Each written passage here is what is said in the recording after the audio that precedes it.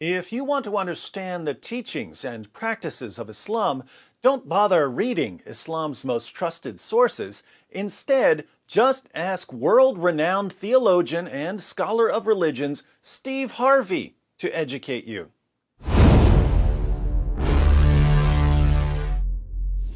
We asked 100 people to say something true about Islam. What do you think the top answer was, Steve?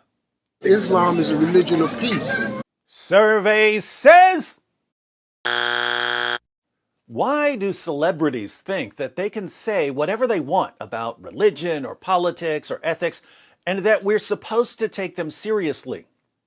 If you don't know anything about calculus, being a famous actor or athlete doesn't mean that you're magically proficient in calculus and that you should tell people about it. And if you went around saying, "I think that the integral is love and that the derivative is peace," your fans who don't know anything about calculus might think that you know what you're talking about.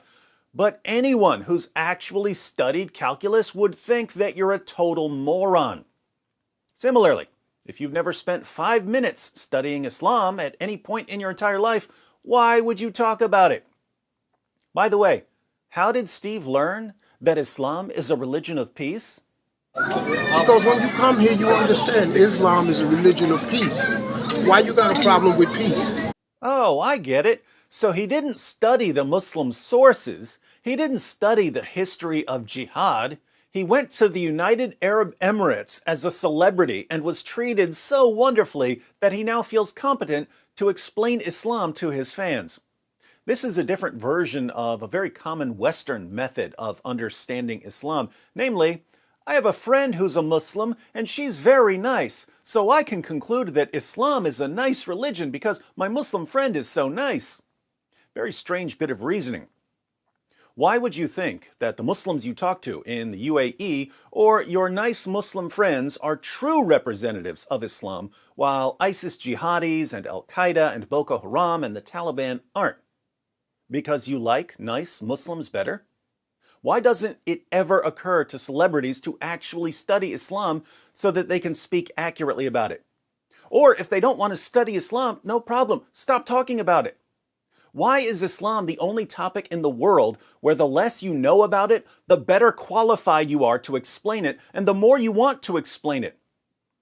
Now, I could flood this video with passages showing that Islam calls for the violent subjugation of the entire world, but let's keep it simple.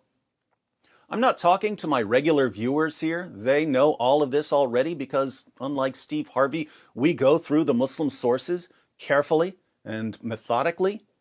I'm talking to you Steve Harvey fans who may have stumbled upon this video by accident. Consider just a few passages. In Surah 9, verse 29 of the Quran, Allah commands Muslims to fight those who do not believe in Allah. Notice, he doesn't say, fight people who are attacking you. He says, fight those who do not believe. In Islam, believers are treated very differently from unbelievers. Surah 48, verse 29. Muhammad is the messenger of Allah, and those who are with him are severe against disbelievers and merciful among themselves.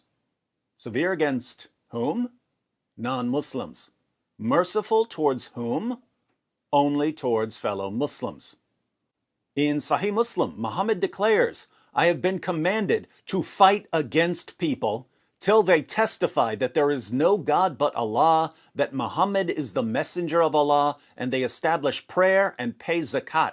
And if they do it, their blood and property are guaranteed protection on my behalf, except when justified by law, and their affairs rest with Allah.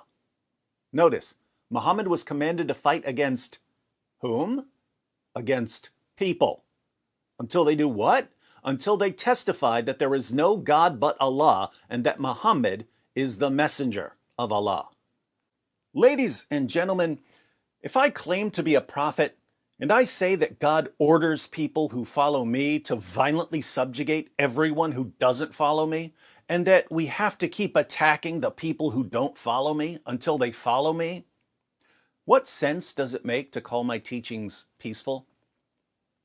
What sense would it make to find my nicest follower and say, oh, this follower is so nice, therefore the entire religion is nice? If Islam were really a religion of peace, wouldn't someone be able to show us that it's a religion of peace by accurately quoting Islam's most trusted sources? Doesn't the fact that people like Steve Harvey can only claim that Islam is a religion of peace by becoming insanely stupid when we know they're not that stupid, doesn't this tell us that there's a problem here? Folks, it's simple.